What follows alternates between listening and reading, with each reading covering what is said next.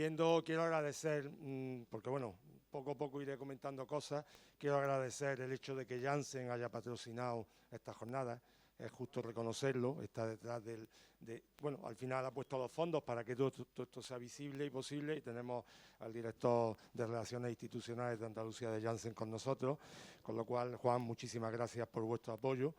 Y evidentemente a mis compañeros de aquí, de la Escuela Andaluza de Salud Pública, fundamentalmente a Ángel Luis Mena y al equipo técnico encabezado por la Secretaría Técnica por Tachi, porque bueno, ha sido un trabajo inmenso el que se ha hecho.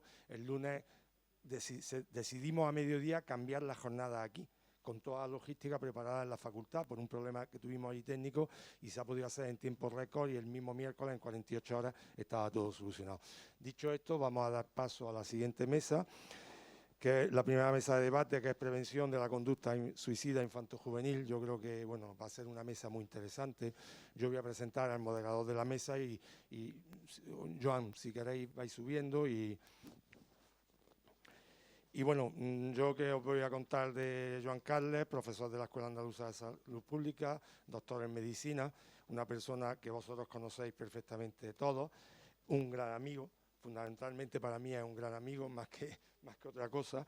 Hacemos muchísimas cosas juntos y bueno, yo creo que Joan Carles, que fue director durante un tiempo de la Escuela Andaluza de Salud Pública, conoce perfectamente los temas de los que vamos a hablar aquí hoy. Considero que es una persona muy adecuada para moderar una mesa de este tipo, en la que hay un elenco de profesionales muy interesante para poder tener una visión de qué se puede trabajar en este tipo de cuestiones, y sobre todo en lo que estamos hablando, en lo que es prevención. Cómo abordamos los problemas. Desde el año 2004 se ha incrementado exponencialmente el intento de suicidio en infanto-juvenil, y yo creo que es muy pertinente abordar esta mesa. Sin más preámbulos, os pido que subáis a la mesa. Muy buena.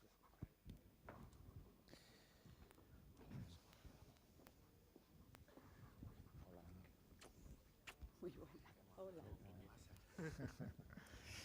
Muy bien. Buenos días, gracias Antonio. Antonio, nos conocemos de muchas cosas, buen amigo, y además Subiendo Montañas, que es un espacio de liberación y de poner pilas impresionante. Mesa Prevención de la Conducta Suicida Infanto-Juvenil. Lo decía Antonio ahora. El tema de las conductas suicidas infanto-juveniles están subiendo, forma parte de un aspecto que hay que tener en cuenta, ¿no? Y para hablar de eso,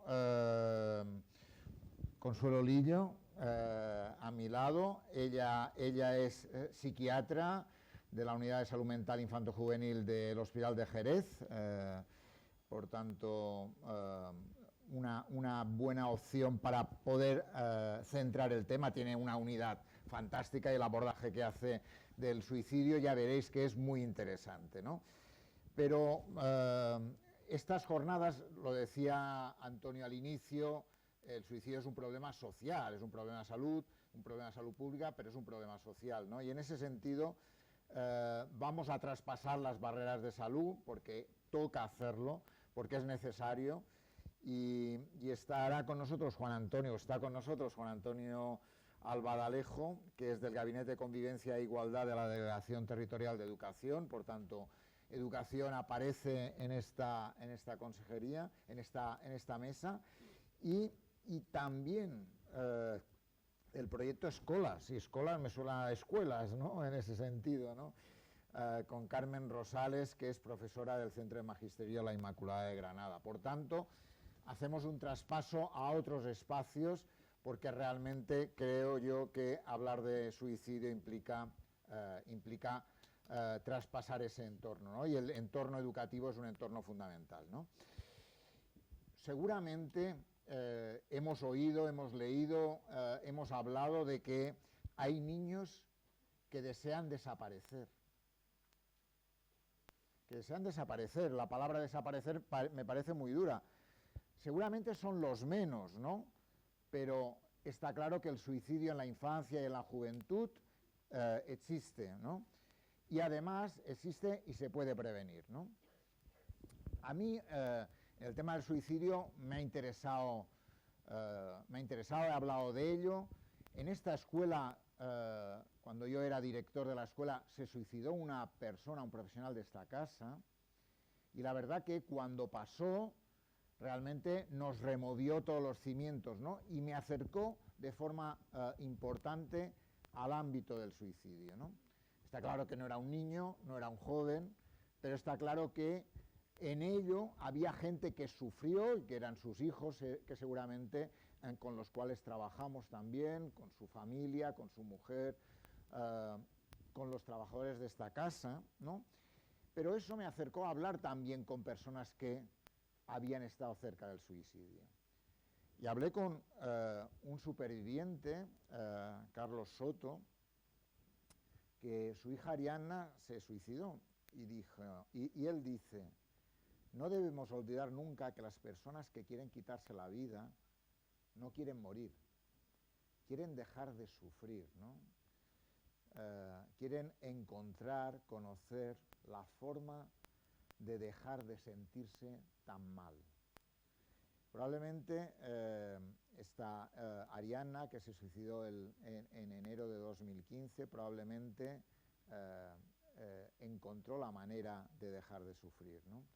Y probablemente en ese sentido también hablé con una persona, y he hablado varias veces también, igual que con Carlos, con María de Quesada, que es una sobreviviente.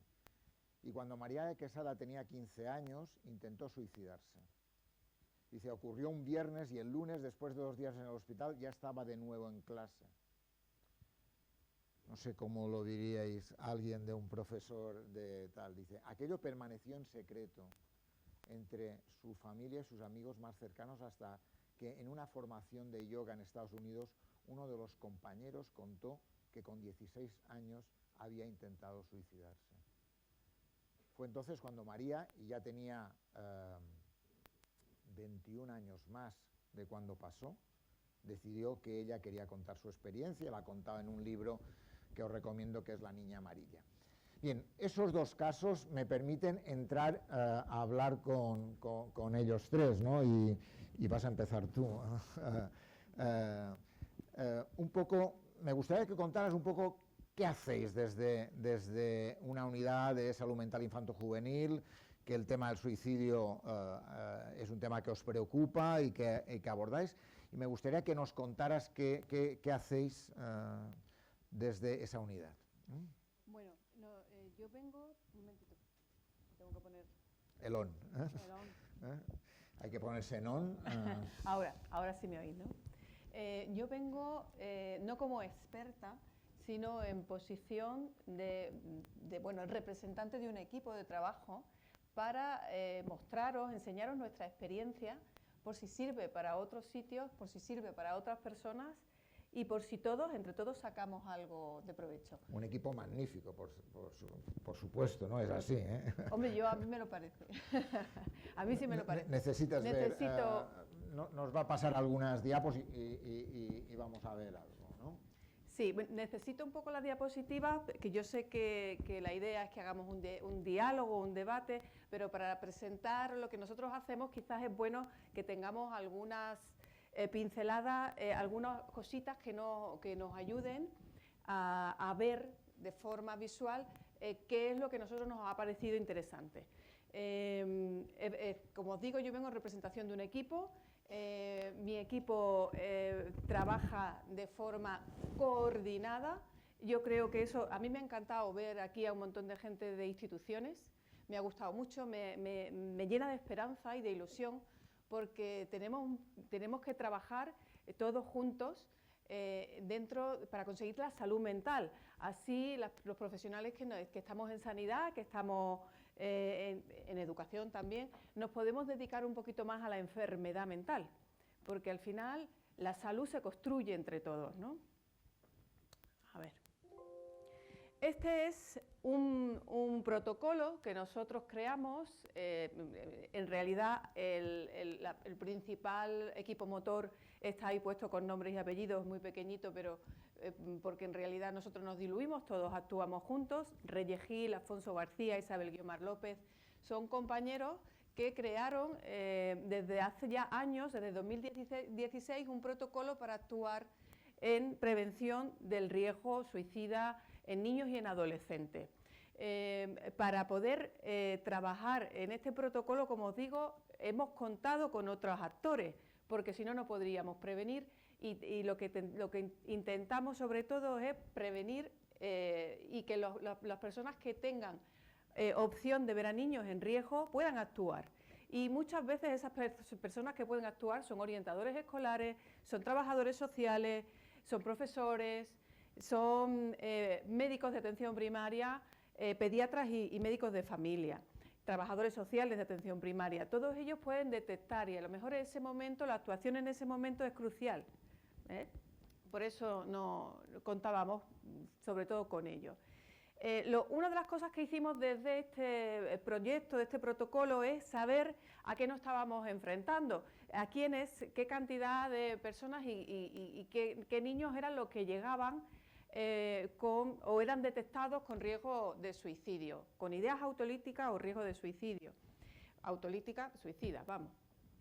Desde el 2017 tenemos datos, porque el 2016 se creó el protocolo y se empezó a implantar, en el 2017 se implantó de forma definitiva, y entonces ahí tenemos los datos que hemos sacado, pero tenemos mucho más datos, pero no quería inundar de datos, esto no era importante, pero sí que por lo menos conocer pues, que nosotros detectamos un número de casos, que eran 41 en el 2017, que fueron en el 2018 42, 29 en el 2019 y en el 2020, momento de pandemia, donde solamente reunimos una parte del riesgo, evidentemente. Esto siempre es la punta del iceberg.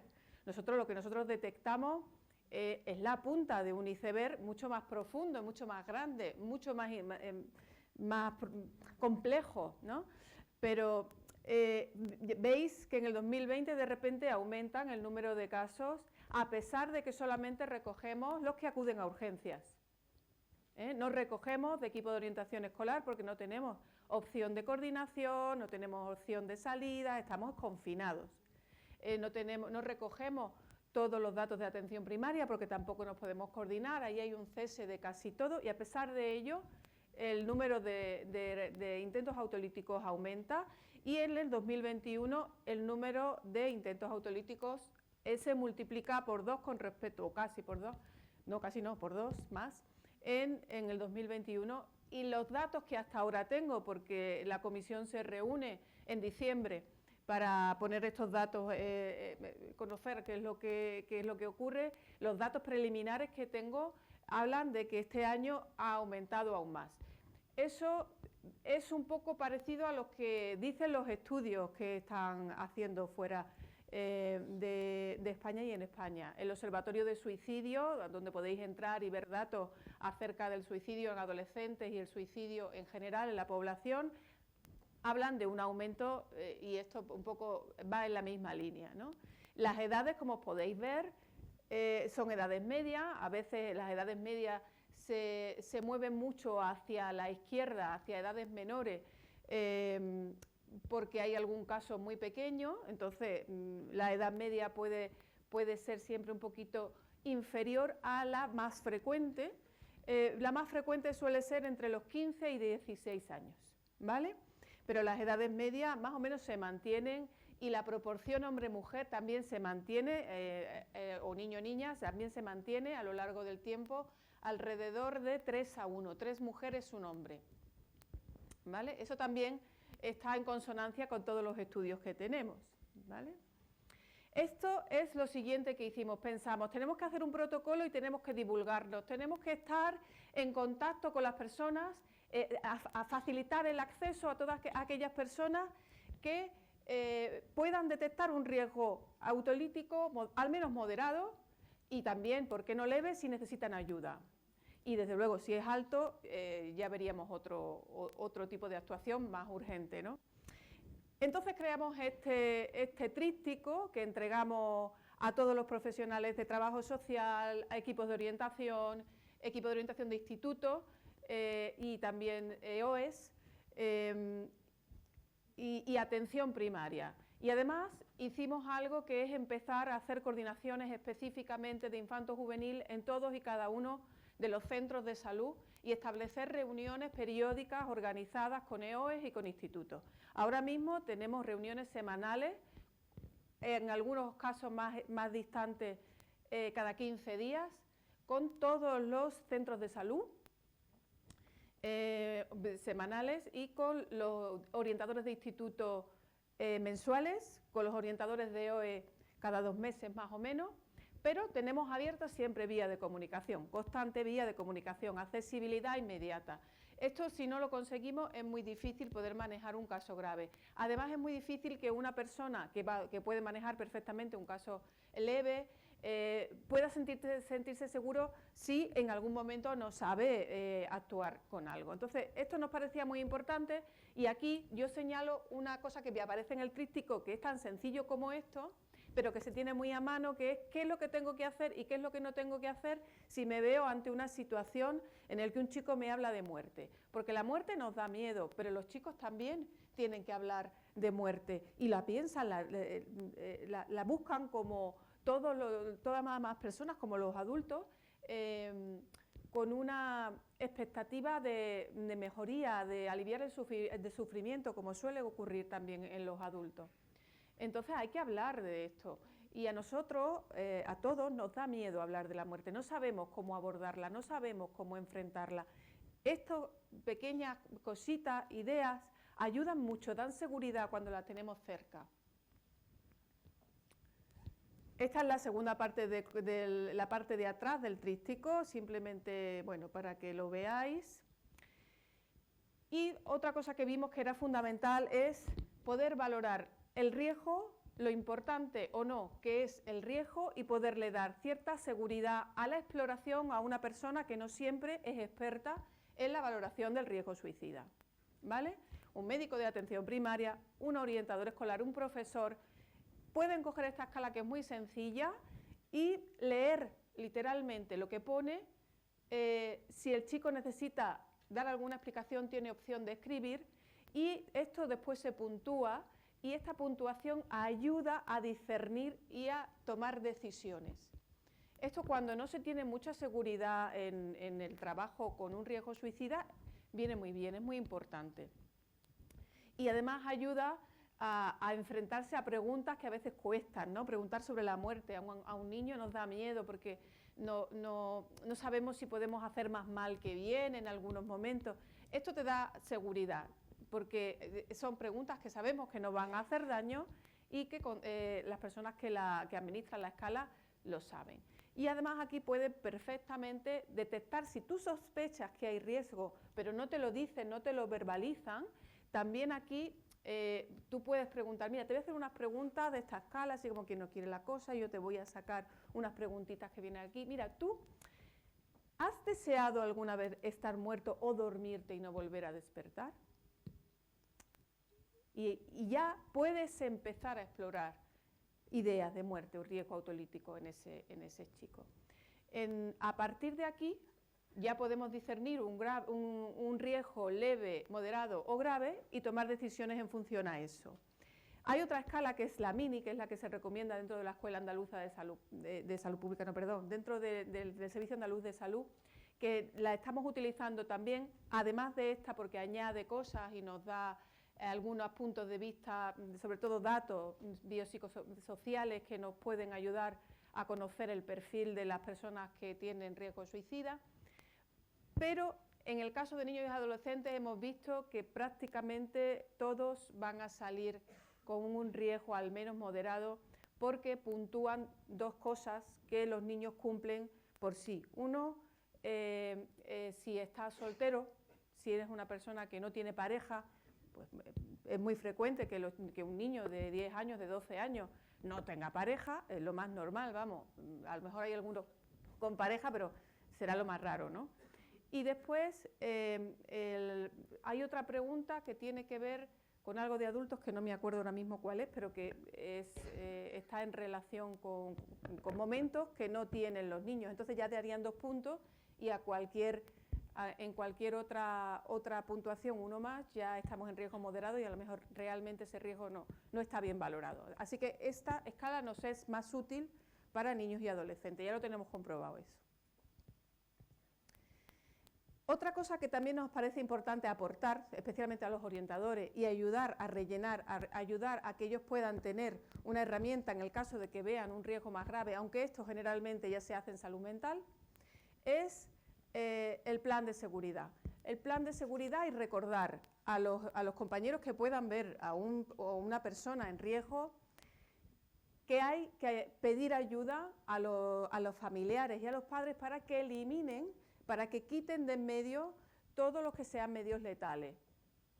Que pueda, y además hablarlo tranquilamente con familiares y con el chico. Mira, tú ahora mismo estás pensando en la muerte, necesitamos un tiempo para que tú te encuentres mejor, posponer. Esa es la gran palabra, posponer, dar tiempo. Especialmente esto es importante en adolescentes y en niños porque ellos tienen unas conductas mucho más impulsivas, mucho más rápidas. De hecho, los estudios hablan de que casi todos los chicos y adolescentes que hacen algún intento de suicidio o hablan de eso, sobre todo de intentos de suicidio, lo habían planeado 5 minutos antes, entonces el tiempo es muy importante. Esto nos ayuda a ir ganando tiempo y a que ellos tengan opciones si se ven en un momento de crisis, que tengan siempre su plan de seguridad cerca para saber qué tienen que hacer cuando están abrumados por el dolor, por la angustia. Algo que tener cerca siempre es una ayuda. Y ayudarles a recordar que tienen personas con las que pueden contar, que tienen gente con la que pueden contar y que tienen equipos profesionales con los que contar. Esto tiene que ver con el posponer. Yo quería ponerla porque es una frase de un escritor que se llama Madhai, que ha escrito esto que hemos oído muchas veces de si lloras porque no tienes el sol, no podrás ver las estrellas o algo así, ¿no? Es un escritor de novela juvenil que ha pasado por la enfermedad mental, por el sufrimiento de la enfermedad mental y del riesgo de suicidio, y entonces se trata de aceptar el dolor. Esto que decía Bimbela, que yo estoy completamente de acuerdo, ¿no? con que hay que vivir desde un punto de vista en el que entendamos que el dolor existe, que no tenemos una necesidad de felicidad continua.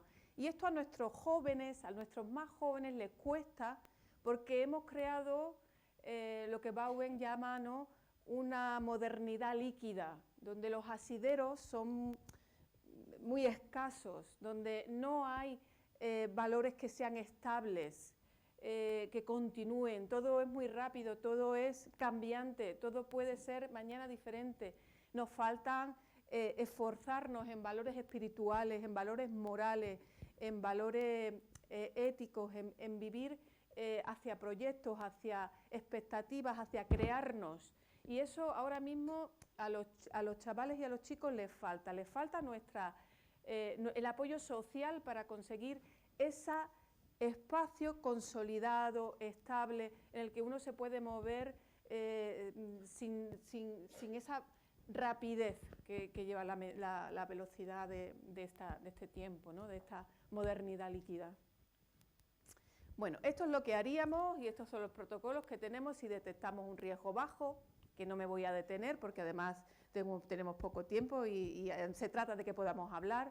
Simplemente el riesgo bajo sería atendido fundamentalmente por atención primaria y por equipos de orientación escolar, si lo necesitan con nuestro apoyo. Cuando nosotros ya tenemos mucha coordinación, no lo suelen necesitar. Son riesgos que realmente pues son momentos que pasan las personas que pueden ser malos momentos, quiero decir. En el riesgo moderado, generalmente la atención se da mucho más en las unidades de salud mental comunitaria. En las unidades de salud mental comunitaria, en nuestro caso, infantojuveniles. Están dedicadas de forma exclusiva a infantojuvenil. Una en Villamartín, una en Sanlúcar y otra en Jerez, dedicada a la infancia y la adolescencia, separadas de las de adultos. Y así es como lo hacemos. Intentamos tener plazos rápidos, ¿vale?, para que se puedan ver, priorizar a las personas que necesitan ser atendidas de forma más rápida. En el caso del riesgo alto estaríamos pensando siempre en hospitalización. Riesgo alto es cuando vemos a alguien que si lo dejamos suelto se va a matar, que tiene planificado matarse, que tiene claro que se va a matar y que se matará si lo dejamos solo. Así que eso sería una atención de derivar a urgencia, de valorar por urgencia psiquiátricas en un espacio de psiquiatría, algunas veces de ingreso, otras veces de plantear un plan de seguridad, de hablar con la familia, de darle ayudas, pautas para que se sientan seguros en el manejo de una persona que tiene que estar en observación continua y que lo entiendan, ¿no? Esto es un poco así a muy grosso modo y los tiempos pues cada vez evidentemente más cortos de atención, ¿vale? Otra cosa que quería comentar aquí, porque me gusta mucho ver asociaciones y yo creo que esto es tan importante porque la sociedad lo creamos todos y formamos parte, tenemos que ser fuertes como sociedad y ayudarnos todos a todos, ¿no? Eso es tan importante que si no, no podríamos abordar este tipo de cosas, imposible, ¿no? Aquí hay una app para móviles que a mí me parece muy útil para todos, para personas que se sienten mal y que tienen riesgo de suicidio, para personas que son profesionales de la salud mental, de la salud en atención primaria, para profesores, para todo el mundo, ¿vale? Que lo conozcáis, PreventSuite. Y este es mi equipo, al que no podía dejar de poner en primera persona ahí una foto de ellos, porque realmente el trabajo no es mío, es de todos, y entonces pues no podía dejar de ponerlo. Y yo ya no tengo nada más que decir que lo que me pregunte Joan Carles. Gracias.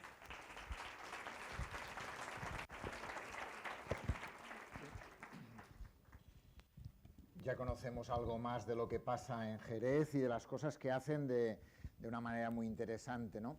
Está claro que el suicidio es una de las 3 principales causas de muerte entre los jóvenes de 15 a 24 años en el mundo y que no solo eso, sino que los factores son muy diversos, ¿no? Son muy diversos y que por tanto requiere la atención desde diversos puntos de vista, ¿no? Y en ese sentido hay aspectos ligados a lo que pasa en el cole, a lo que pasa en el acoso, ¿no? En lo que pasa en lo que se llama el ciberbullying, ¿no? Leía el otro día que WhatsApp, Instagram y TikTok es donde más se practica en redes sociales el ciberbullying a menores. Dice WhatsApp el 66,9%, Instagram el 53,1% y TikTok el 48,6%, ¿no? Mucho es, datos sacados, pero está claro que muchas veces va ligado a un uso indebido de las redes sociales, ¿no? Busco algo que puedo encontrar y me puede ayudar, porque en las redes sociales puedo encontrar a gente que me pueda ayudar, pero también hay gente que lo que ayuda es a hacer sufrir o a generar dolor, ¿no?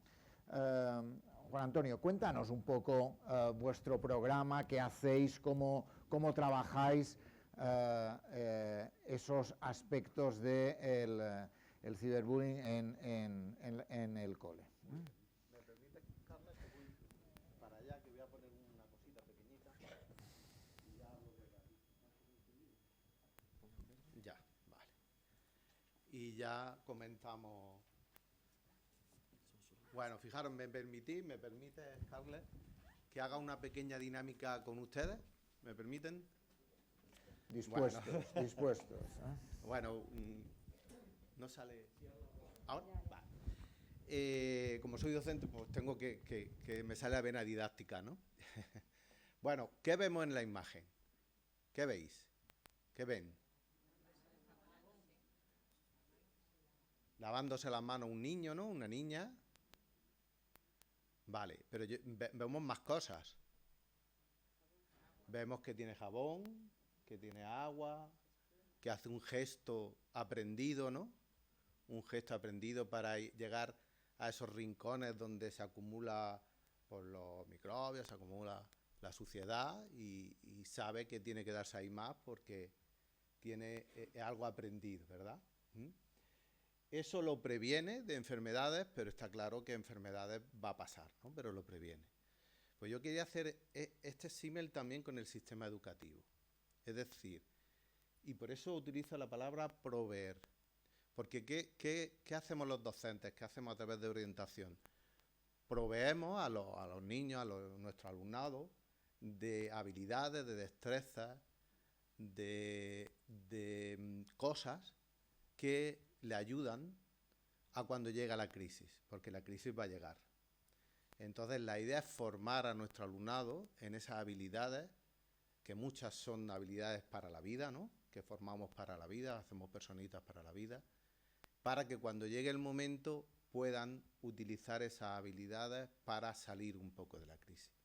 Eso es el gran reto y es donde el sistema educativo debe y puede meter todos sus recursos, todos sus esfuerzos, ¿no? Es verdad que también cuando también interviene en los casos de acoso, interviene en los posibles suicidios, ¿no? O en esa ideación de suicidio, interviene y previene, ¿no? Claro. Y, Carles, ¿cómo hacemos? ¿Qué hacemos? Pues hacemos de todo eso un poco. Os cuento rápidamente, luego si queréis entramos en ese debate, entramos más a fondo en cada uno de estos aspectos.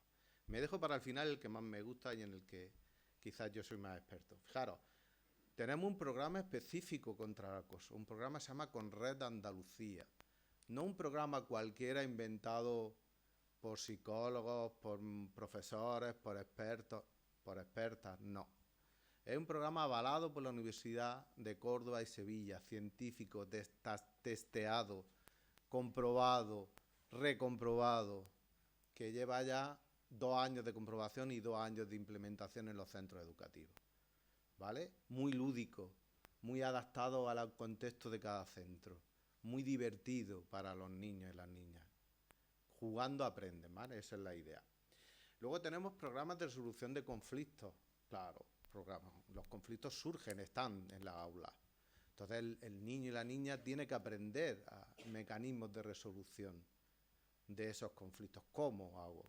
Y no siempre la resolución es a resolución más mala, ¿no? Es la primera que se ve, ¿no? Programas de educación emocional y de hábitos y de habilidades sociales, claro que lo hacemos sistemáticamente, a través de orientación sobre todo, a través de la orientación, trabajando en unión con los tutores y las tutoras de nuestro alumnado, ¿vale? Hacen programas sistemáticos también, porque esto no es algo que hoy se me ocurre, voy a hacerle esta fichica a este niño, no, es más serio, ¿no? Y queremos que sea así. Y trabajamos para esa habilidad emocional que se ha hablado tanto, ¿no? De la importancia de ese componente emocional y el componente social, ¿no? ¿Vale? Luego tenemos una hora, sobre todo en secundaria, donde trabajamos estas cosas. Tenemos programas también de acción tutorial. Todos los docentes tenemos una parte de tutores, aunque no lo seamos, pero en esa hora trabajamos especialmente programación tutorial. Y ahí tenéis un programa que lanzamos nosotros el año pasado desde el equipo técnico, desde aquí de Granada, de la Delegación de Educación, donde a través de la gamificación, es decir, a través del juego, nuestros niños y nuestras niñas hacen un viaje virtual, donde tienen diferentes etapas. Por ejemplo, pues tienen que hacer su pasaporte, hacer su maleta, y ahí vamos trabajando educación emocional, resolución de conflictos, lo metemos todo, ¿no? Un programa muy bonito, tenemos especial cariño. Y luego lo que a mí más me gusta es la ayuda entre iguales. ¿Por qué me gusta a mí la ayuda entre iguales? Porque los mediadores, los alumnos ayudantes, los mediateachers, los cibermanagers, hay 10.000 experiencias de este tipo, van a la diana. Es decir, son niños, niñas formando a sus compañeros. Con lo cual conocen su lenguaje, conocen su problemática. Y lo que se ha hablado también en la anterior mesa, vinculan. Y es importante esa vinculación para romper ir hacia esas ideas suicidas, ¿no? Entonces, a mí me gusta mucho especialmente los alumnos también y las alumnas también están encantados de pertenecer a este tipo de programas, se sienten protagonistas, se sienten bien. Y los Mediateachers, que es un programa también de nosotros, de aquí de Granada, queríamos que eso que comentaba Carles, de ese mal uso de redes sociales, darle la vuelta. Entonces hemos montado un grupo de chicos y de chicas, es para institutos, porque ya sabéis que las redes sociales en teoría hasta los 14 años no se pueden utilizar, luego ya veremos, pues le dan la vuelta. Es decir, que hacen pequeños TikTok, pequeños vídeos donde dan consejos buenos a sus compañeros, a sus compañeras. Trabajamos mucho el acoso escolar, donde ellos decían pues cómo impedirlo, si lo tengo, qué tengo que hacer, dónde puedo pedir ayuda, de manera divertida, de manera con TikTok, ¿vale? Y yo nada más quedo a la espera, a las preguntas vuestras y de Carles. Encantado.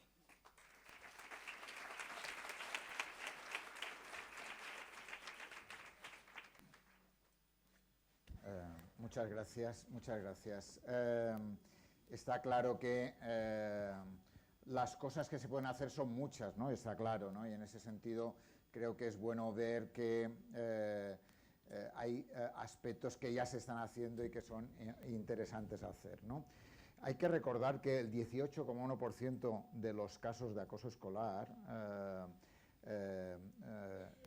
van ligados al ciberbullying, ¿no? Lo digo más que nada porque eso es un dato reciente del informe de la Fundación ANAR y es coprotagonista también junto con el presencial, que añade hasta llegar al 26,7%, ¿no?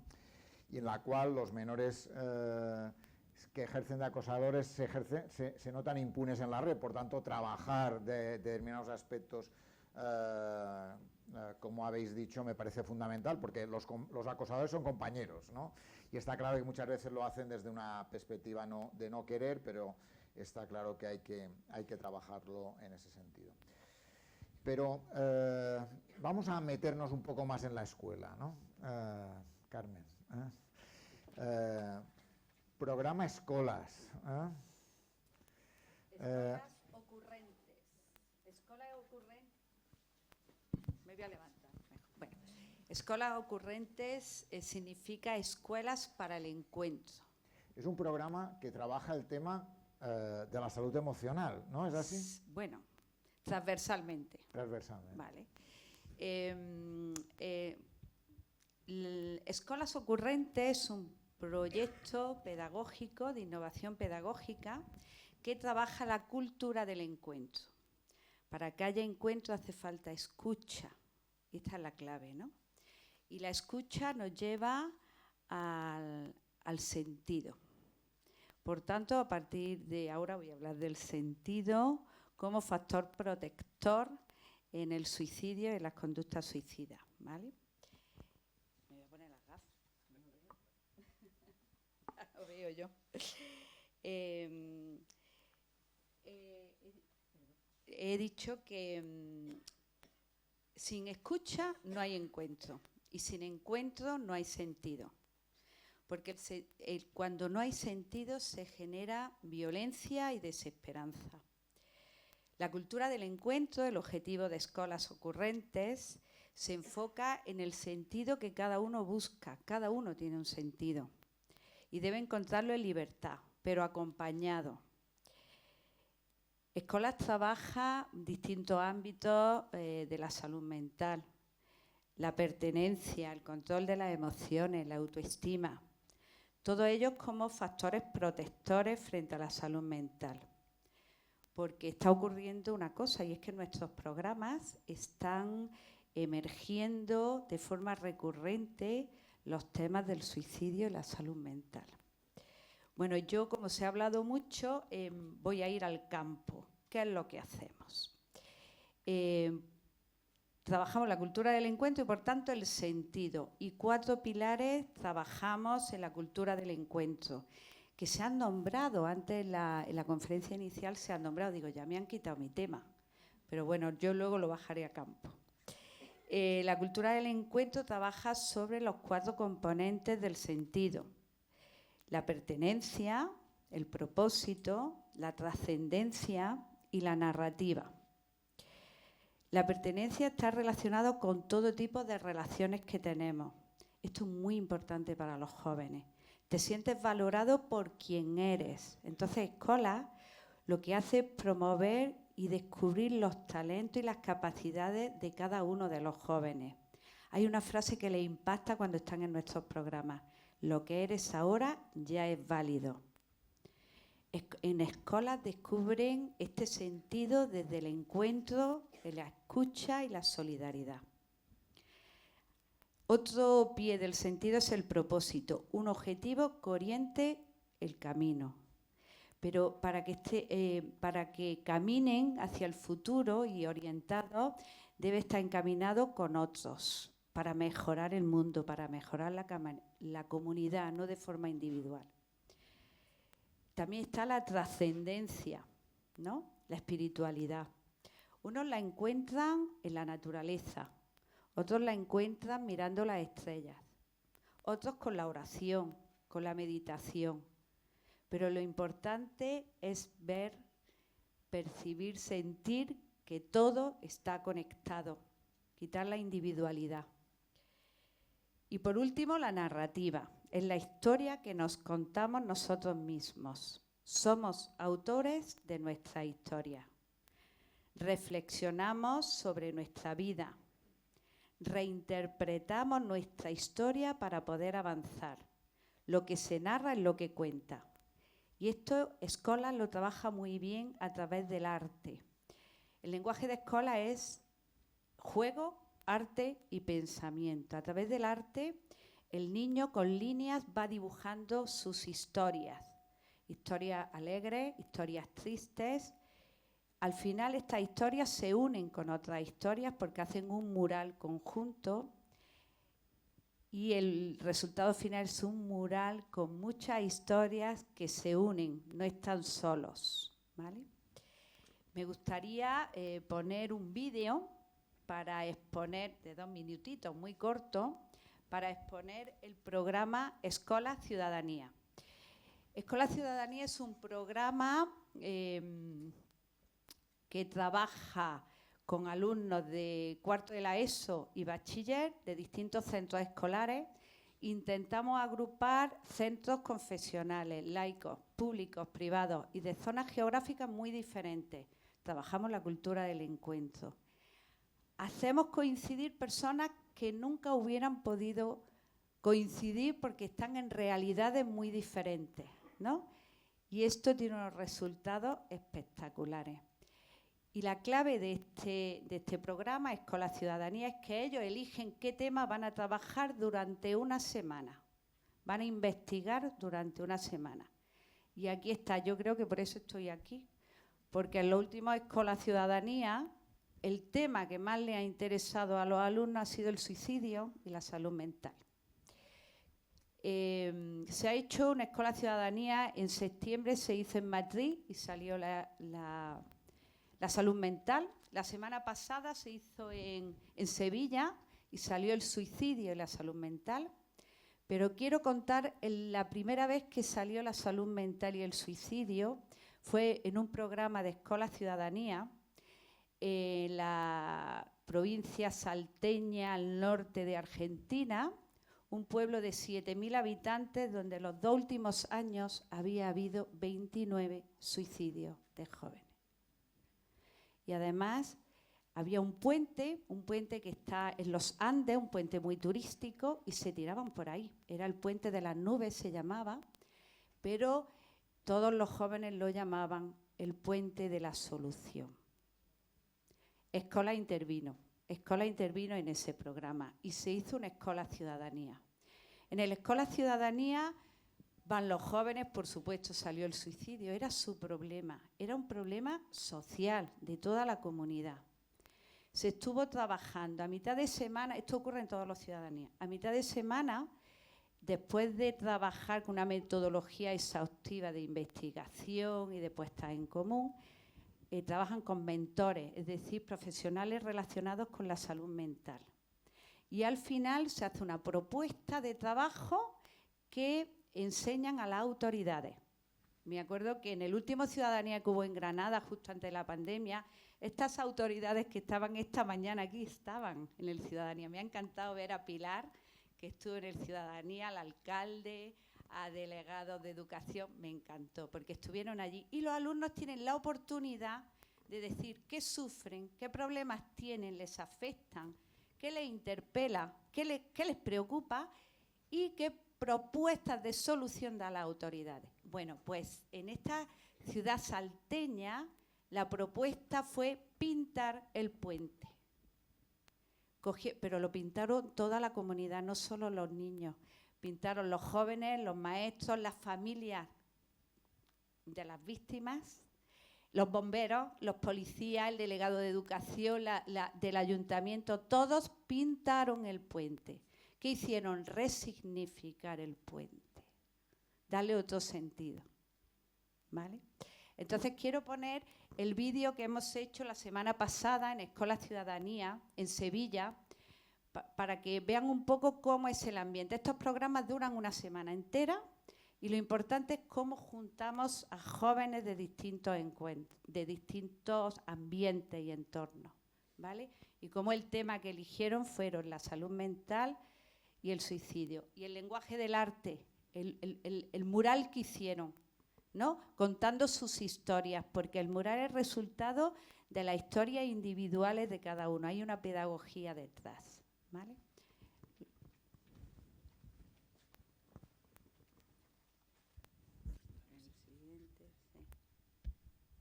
Este es el mural.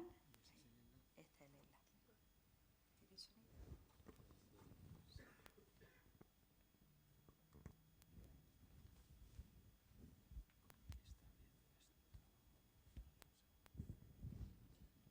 los temas del directo, pero Carlos seguro que lo resuelve.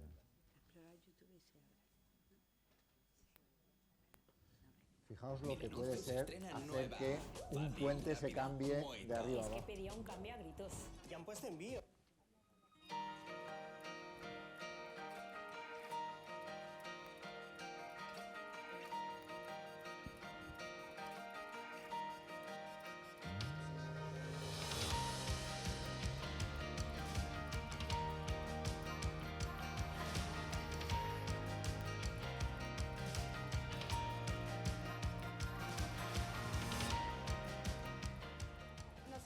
Por grupos para elegir qué 2 temas íbamos a trabajar durante esta semana. Eran temas que nos afectan a nosotros los adolescentes diariamente en nuestra vida. Porque a todos nos afecta y a todos nos hace daño. En el caso de la falta de seguridad en la calle nos referimos al acoso y luego también el machismo, la homofobia, el racismo. Nos quedamos con el de la salud mental y también la inseguridad en las calles. Y pues ahora estamos indagando más en el tema, hablando sobre qué nos preocupa, qué no nos preocupa. Además, como hay muchísimos puntos de vista, porque venimos todos de distintos sitios, sabemos de distintas cosas, pues estamos proponiendo muchas soluciones, está muy bien. Estoy aprendiendo distintas perspectivas también, lo que ayuda un montonazo.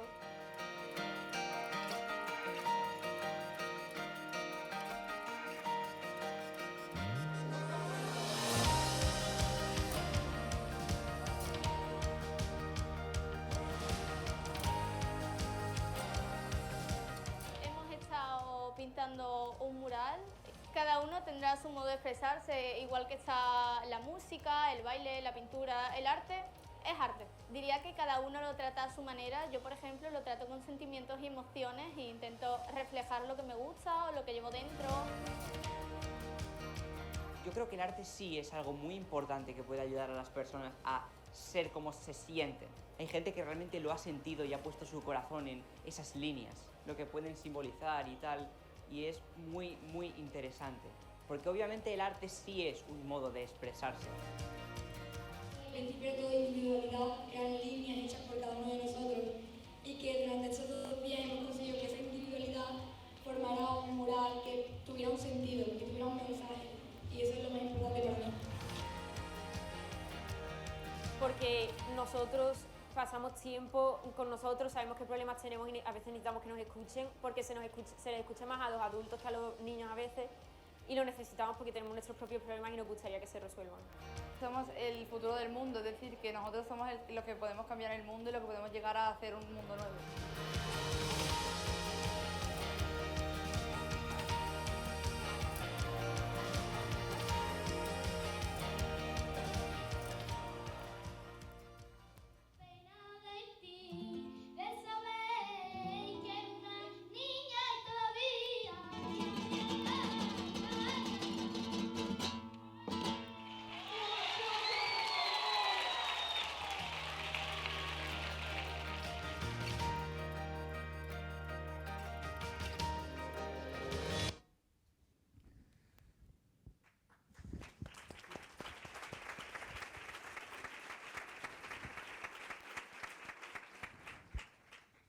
solo terminar diciendo que los 3 lenguajes de escuela son el juego, porque a través del juego invita a escuchar, a crearse a sí mismo, volver al origen, al principio, sin nada, es decir, lo que yo era antes. A veces los jóvenes no saben expresarse con el lenguaje y entonces a través del arte sí lo pueden hacer, realizan líneas de historias personales, como la chica esta ha dicho. Perdón, ¿me habéis oído? Sí, ¿no? Es un viaje de nuestra experiencia el mural. Estos murales luego se cuelgan en los institutos porque son las historias de cada uno unidas en una, ¿no? Es muy bonito. Y por último decir que en todos estos programas que he comentado antes, en Mar de la Plata, en el Ciudadanía, en septiembre también salió Salud Mental y la Soledad. En Ciudadanía de Madrid, de Sevilla, como he comentado, ¿verdad? Todos tienen algo común en sus conclusiones, todos dicen lo mismo.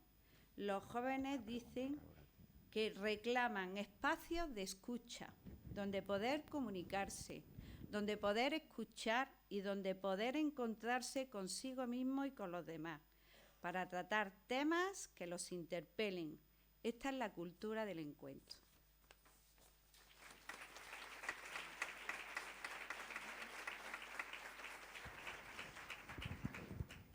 Aunque Carmen decía que no entendía muy bien qué hacía ella en una mesa de este tipo, de prevención del suicidio, está claro que hay que traspasar espacios para poder abordar los temas, ¿no? Y está claro que el hecho de que ellos mismos quisieran hablar de soledad, de salud mental, de suicidio, es un elemento muy importante, ¿no? Por tanto, enhorabuena por proyectos de este tipo, ¿no? Que me parecen fundamentales. Un poco, nos quedan 10 minutos y alguna pregunta que podamos hacer en función de lo que se plantea. Me gustaría, por tanto, que fuéramos breves, pero alguna idea. Has hablado una idea, Consuelo, has hablado de posponer, la importancia de posponer, ¿no? Has hablado de que necesitamos, de alguna forma, esforzarnos en valores morales, éticos, en consolidar espacios que rompan esa modernidad líquida y cambiante que decías, ¿no? Y, de alguna forma, hablabas de rellenar, ¿no? ¿Cómo hacemos rellenar? Porque has contado herramientas para conocer mejor, para preguntar más fácilmente, para actuar desde diferentes niveles en función de la gravedad, pero ¿cómo hacemos para rellenar, para ayudar a posponer, para favorecer ese cambio en las poblaciones, en los jóvenes, en los niños, para poder ayudarse a salir de ese momento? Yo creo que eso va más allá de posponer, porque creo que es lo que es necesario de manera continua. Yo estoy completamente de acuerdo, me gusta mucho lo que ha dicho Carmen, y el vídeo tan bonito, me encanta, me emociona verlo a los niños, poder hablar y que sean escuchados, porque los niños hablan, pero no los escuchamos. Con la pandemia han hablado claramente. Y hemos podido ver que la individualidad, que la soledad los ha dañado terriblemente en un momento de su evolución. Lo que necesitan es solidaridad, lo que necesitan son espacios abiertos donde hacer deporte. Se nos olvida que hay que potenciar el deporte, especialmente entre las niñas de 8 a 12 años se pierden, empieza el fútbol y las niñas se pierden, no tienen espacio para hacer deporte, no tienen lugar, se tienen que quedar sentadas hablando, que está muy bien, pero hay que hacer un esfuerzo por aumentar el tiempo de activo fuera de casa,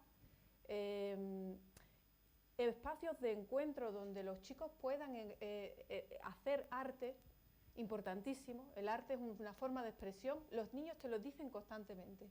Yo cuando trabajo con un niño en riesgo de suicidio, y yo creo que lo hacemos todos mis compañeros, fundamentalmente lo que les decimos es que se encuentren lo que les llena, lo que les gusta en una vertiente artística por un lado, en una actividad social por otro, con una actividad deportiva por otro y con una actividad espiritual por otra. Espiritual que puede ser efectivamente desde grupos religiosos, ¿por qué no?, hasta grupos de encuentro con la naturaleza, grupos de valoración de aspectos de solidaridad, espacios por ejemplo, de ayudar a animales, les suele gustar mucho, asociaciones con los que trabajan para sentirse uno más, que tienen un hueco, un espacio, que construyen algo juntos. Y esto ha sido muy visual, porque eso es lo que yo trabajo todos los días en mi consulta, y es justo lo que hace con el mural, ¿no?, los niños de escuela. Trabajar, sentirse que forman parte de algo que trasciende a ellos mismos, porque eso los elimina de la soledad. No sé si te respondo. Naturalmente me has respondido. Está claro, por tanto, que hay que generar, hay que escuchar, ¿no? Un elemento muy importante, pero para eso hay que generar esos espacios para que la gente pueda decir las cosas, ¿no? Por tanto, generar los espacios y luego escucharles, ¿no? Y luego hacer a partir de lo que escuchamos, que también sería una cuestión muy importante, ¿no? Hablabas, Juan Antonio, de el apoyo entre iguales como un elemento que a ti te parecía el más importante, ¿no? Y está claro que para hacer apoyo entre iguales hay que favorecer encuentros, ¿no? Hay que ayudar a que esos encuentros se hagan y que en esos espacios se sientan con la posibilidad de decir lo que puedan, ¿no? Sea con el arte, sea con lo que sea, ¿no? O sea con esos murales tan bonitos que nos ha enseñado Carmen, ¿no? Sea con lo que sea, ¿no? ¿Cómo lo hacéis en ese sentido? Bueno, mira, se hace de dos maneras. Hay muchas estrategias, pero se hace de dos maneras. Es decir, hay órganos decisorios de los centros educativos donde hay presencia del alumnado, pero son órganos muy formales, muy serios, por así decirlo, por el consejo escolar y esas cosas, ¿no?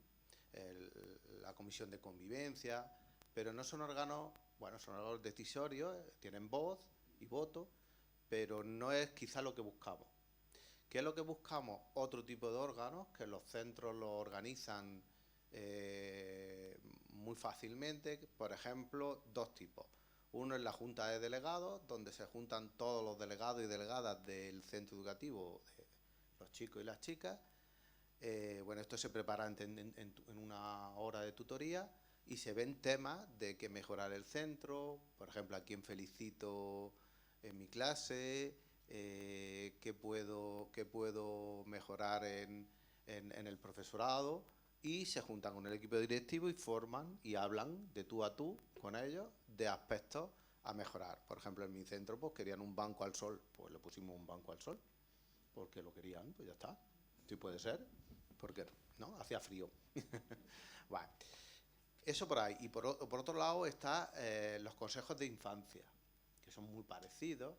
Vienen un poco de la experiencia de Tonucci, de Afrato, del didáctico, el pedagogo Tonucci, y habla pues de buscar momentos, espacios, lugares donde el alumnado más pequeñito de primaria tenga momentos donde ellos, independientemente, sin ningún adulto, se gestionan ellos, se organizan ellos y ellas, todo lo hacen y buscan cómo mejorar el centro, ¿no? Esos son momentos.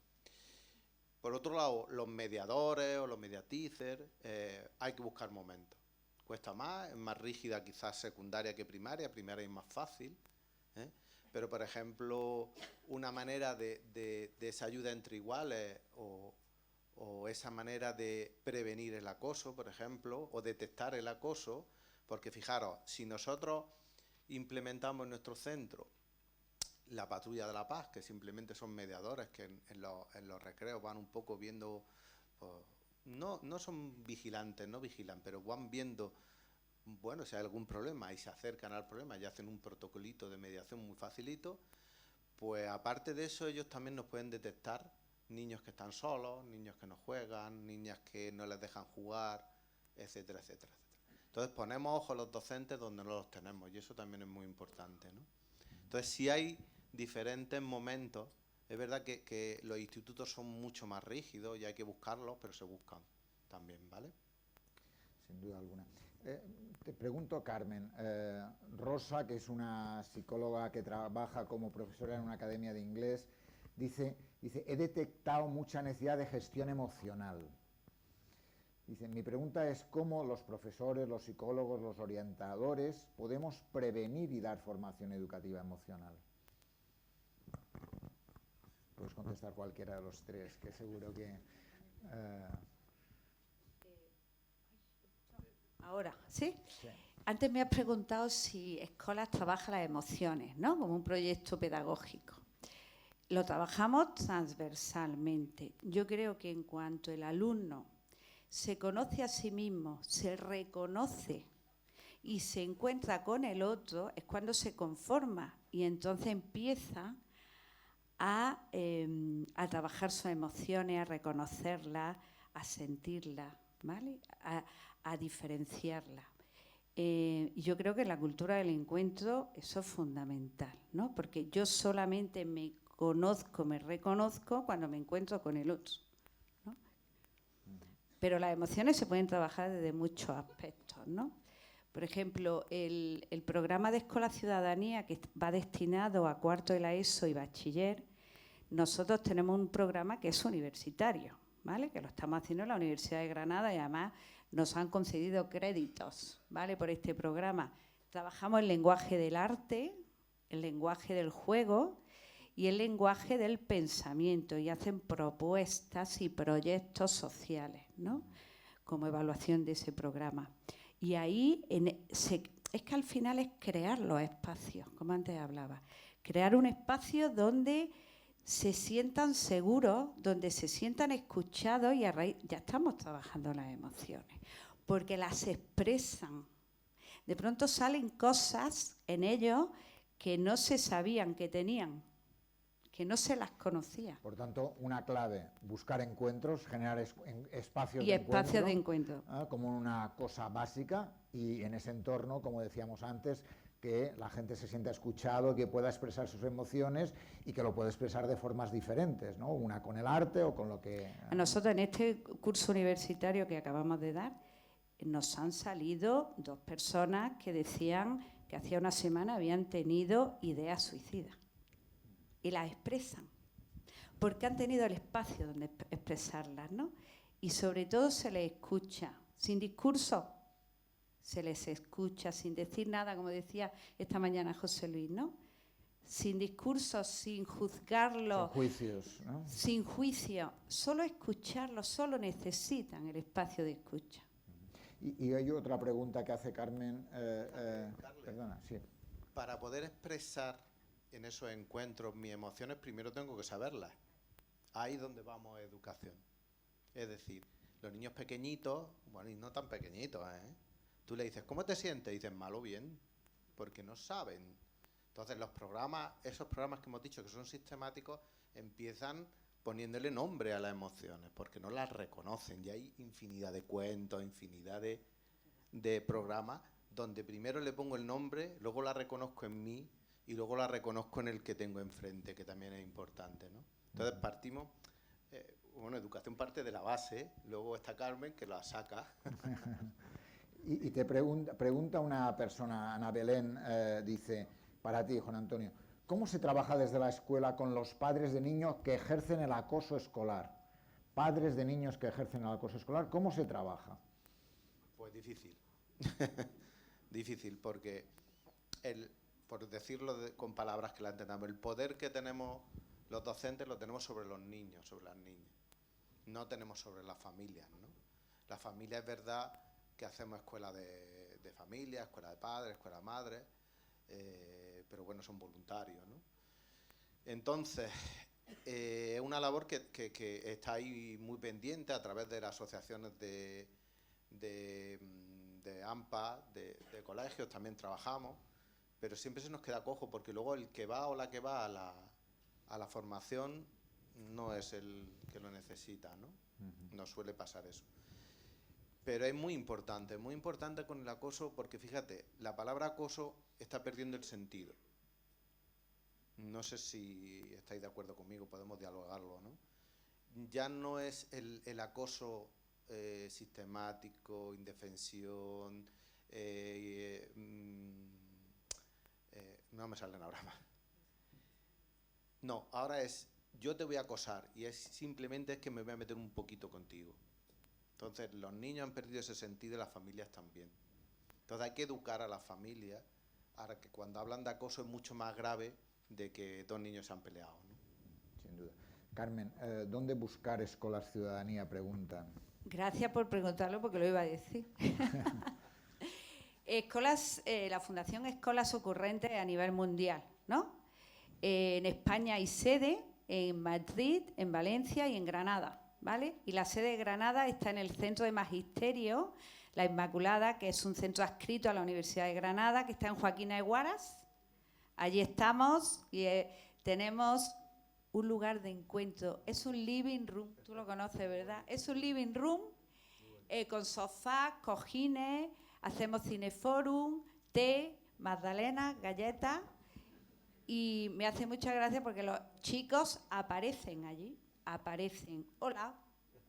Y siempre hay alguien que te escuche, salen de clase y cuando están cansados se van para allá. Si tienen un problema, siempre hay alguien que está. El living room es un espacio de encuentro. Y déjame preguntarte, Consuelo, alrededor de... ha salido todo el tema de trabajar con padres y está claro que los factores asociados al suicidio en niños y jóvenes son muy diversos, ¿no? Hay aspectos ligados también a acoso, como antes salía, a abusos, a maltrato, a familias desestructuradas, a depresión, como no, abuso de sustancias, a fracaso escolar también. ¿Cómo trabajar con las familias? ¿O qué hacéis para trabajar con las familias? Bueno, trabajar con las familias es fundamental. En el caso de riesgo de suicidio, una de las cosas que tenemos dentro de nuestro protocolo y que es, bueno, yo creo que dentro de cualquier profesional que ve a niños siempre cuando vemos riesgo de suicidio, es que debemos valorar la situación social y familiar en la que está rodeado y valorar la posibilidad de maltrato en el entorno familiar, de bullying en el entorno escolar y de situaciones sociales desfavorecidas que puedan ser ayudadas por los trabajadores sociales y por los servicios sociales. Una de las ramitas con las que tenemos siempre contacto es con los servicios sociales, porque efectivamente si hay un riesgo muy alto, normalmente hay comorbilidad sociofamiliar. El trabajo con la familia se hace con paciencia y dándole también herramientas que puedan conocer, que puedan comprender. Les cuesta mucho a muchas familias, no a todas, pero a muchas familias el paso en la adolescencia y a muchos adolescentes la evolución hacia el crecimiento, hacia la individuación, hacia la separación de la familia. Esos momentos que son críticos en la evolución humana y naturales y que tienen que ocurrir, pueden ser muy ruidosos y muy tremendos y muy dolorosos en algunas familias. Esas familias se trabajan a veces desde la perspectiva sistémica, desde el trabajo psicoterapéutico sistémico, otras veces desde la psicoeducación, simplemente desde el trabajo en el apoyo a la familia y la psicoeducación. Últimamente vemos muchísimo asociación de riesgo de suicidio y trastorno de conducta alimentaria, cada vez más severa, cada vez más grave. Eso tiene hay que incidir en esa familia de manera muy individual, depende de cada caso de familia, muchas veces desde la perspectiva sistémica es la forma única de trabajar la patología individual de ese adolescente. También vemos también mucho consumo de alcohol en niños muy jóvenes. Eso necesitamos el apoyo de la familia, que entiendan y que reconozcan cuando los niños están intoxicados, ayudarlos. Y en el caso de riesgo inminente o riesgo importante, nosotros le decimos que acudan a la asociación ANAR, que vayan a la página de la asociación ANAR, que tiene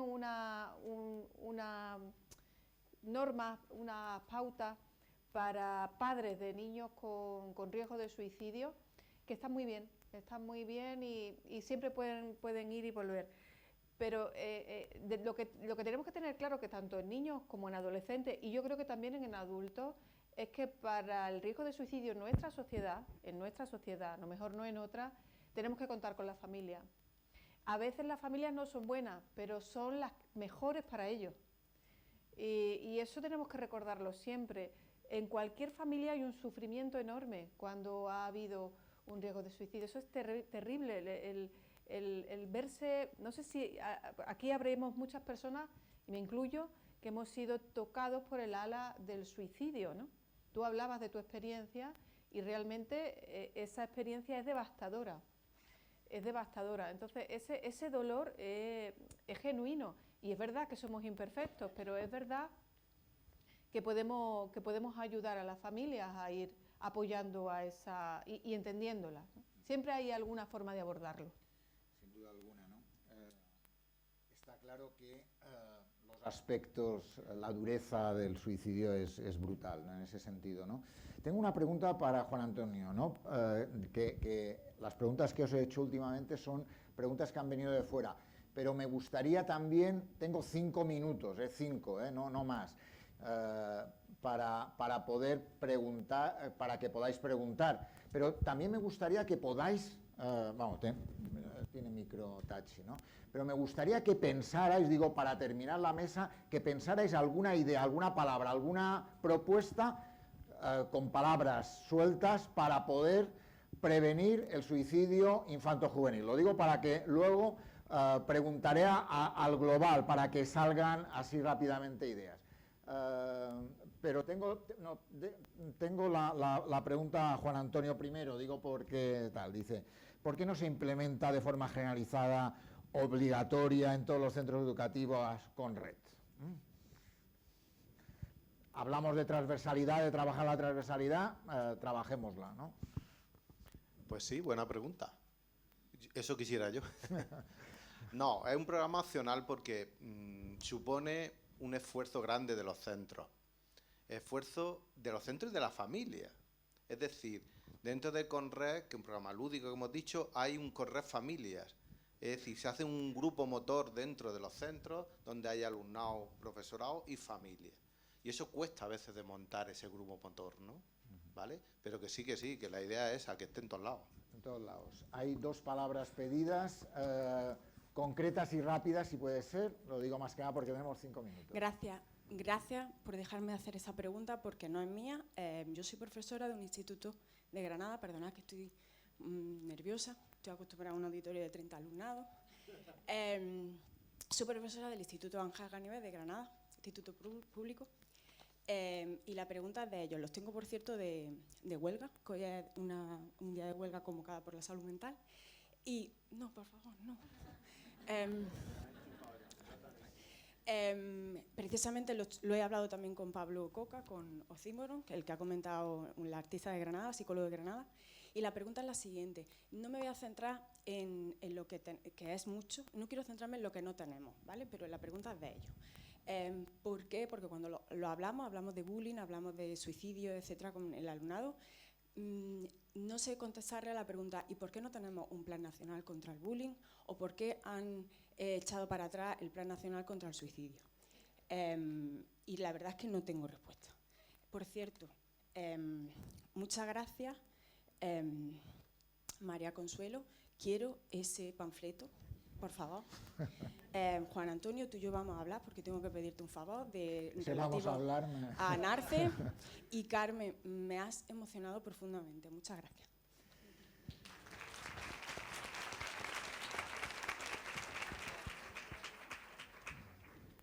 Seguro que va a haber un plan nacional de suicidio. Estoy convencido, no puede ser que no lo haya. Digo, y lo va a haber, y va a haber un plan andaluz de suicidio, y va a haber un plan nacional, seguro.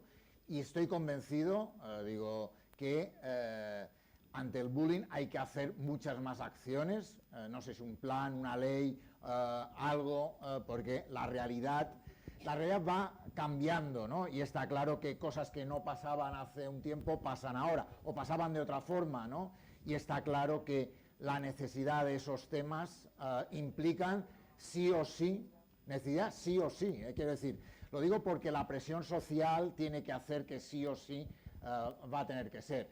Hay que entender, los políticos hablan de otra forma, quiero decir, ¿por qué no entra? Porque lo presenta A y no lo presenta B, porque si lo ha presentado A, digo, yo estoy haciendo B y lo que yo hago es mejor que lo que presenta A, pero hay que entenderlo como esta perspectiva, no desde una perspectiva de que no va a haber plan de suicidio. Plan de suicidio va a haberlo, te lo aseguro, lo digo con conocimiento de causa, va a haberlo y por tanto seguro que vamos a tener un plan de suicidio. La cuestión es que un plan de suicidio se hace con recursos y los recursos van a costar mucho más de los esfuerzos que se hacen para conseguirlos. Eso también, ¿no? Sí, totalmente. Había otra pregunta. Gracias. Gracias por traer la voz de tus niños, que están en huelga, pero no sé, ¿había alguien? ¿Está abierto? Sí. Ya estamos pasados de un minuto. Seré breve. No consigo controlar, mira que he hablado en muchos sitios de los nervios, pero bueno. Yo soy Javier, vengo desde la Federación Salud Mental Andalucía, soy persona con experiencia propia en todos los aspectos del suicidio, menos en profesional. Y bueno, primero agradecer a la organización que se ha puesto aquí y poder estar aquí. Y se ha hablado de la escucha, se ha hablado de la ayuda entre pares, que es entre iguales. Pero yo veo un escalón y nosotros desde el movimiento asociativo estamos pidiendo insistentemente educación emocional. Aquí había ejemplos de que se da, pero a mí me sigue estando la duda, porque yo la primera vez que le confesé realmente a alguien, que fue mi pareja, cuando yo desde la adolescencia ya pensaba en suicidarme, cuando logré conseguirlo y decirlo fue de el último intento así fuerte, que al final en un instante de lucidez no lo cometí, me emborraché para tener fuerza y valor de decírselo y se lo dije. ¿Por qué? Porque como yo veo y a otros compañeros que me preguntan, ¿y a quién le digo yo que me quiero matar? ¿Estamos educando a los profesores y a la familia para que le den confianza a los niños y adolescentes y nos cuenten lo que sienten, no el espacio seguro entre ellos, sino que lo cuenten la familia, al profesor, al tutor, al orientador? Como se está hablando de sexo, que ya parece estar normalizado, que yo por las ganas que tengo aprendí a ejercer eso por tu cuenta y ahora eso está normalizado. Estamos dando esa confianza, estamos educando a los mayores para que los niños y los jóvenes se sientan confiados de que en la intimidad le digan, es que me quiero matar. Simplemente eso. Muy buena pregunta, Y gracias por la confianza de contarlo aquí en público, tu historia personal. Quiero decir que, aunque sea un apunte, no sé si alguien quiere contestar algo. Bueno, mira, lo hemos dicho ya, que es un tabú, lo sabemos. Es un tabú y yo recuerdo cuando chico, lo ha comentado antes un compañero, el anterior de la ponencia. Estaba en el ámbito público, la muerte, y de repente ha pasado al ámbito privado. Yo de chico vivía la muerte, iba a los duelos con mi madre y vivía dentro de la normalidad de la vida. Mis sobrinos, mi hijo no, porque parece que no. Bueno, es tabú por ahí. Y luego asusta, es decir, si yo soy docente y un niño me cuenta, me asusto. Hay que preparar a los docentes. Como yo digo, si quieres escuchar, te arriesgas a que te digan algo que te puede no gustar, ¿no?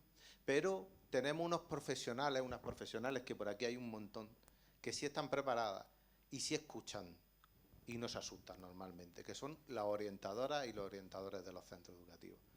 Y es verdad que en primaria no están estables los centros, sino que se mueven, pero en secundaria están en el centro. Y sé que están a escuchar todo lo que le digan los niños y las niñas.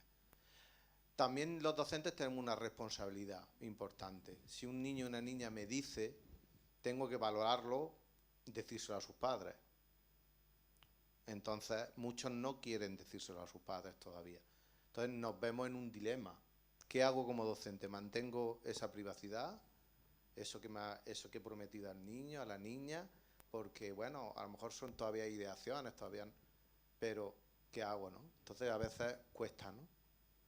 Cuesta, ¿vale? Pero que sí. El año pasado, por primera vez, nosotros en Andalucía tenemos un programa pionero en trabajar la cultura de paz, que estamos hablando también de paz, se llama Escuela Espacios de Paz.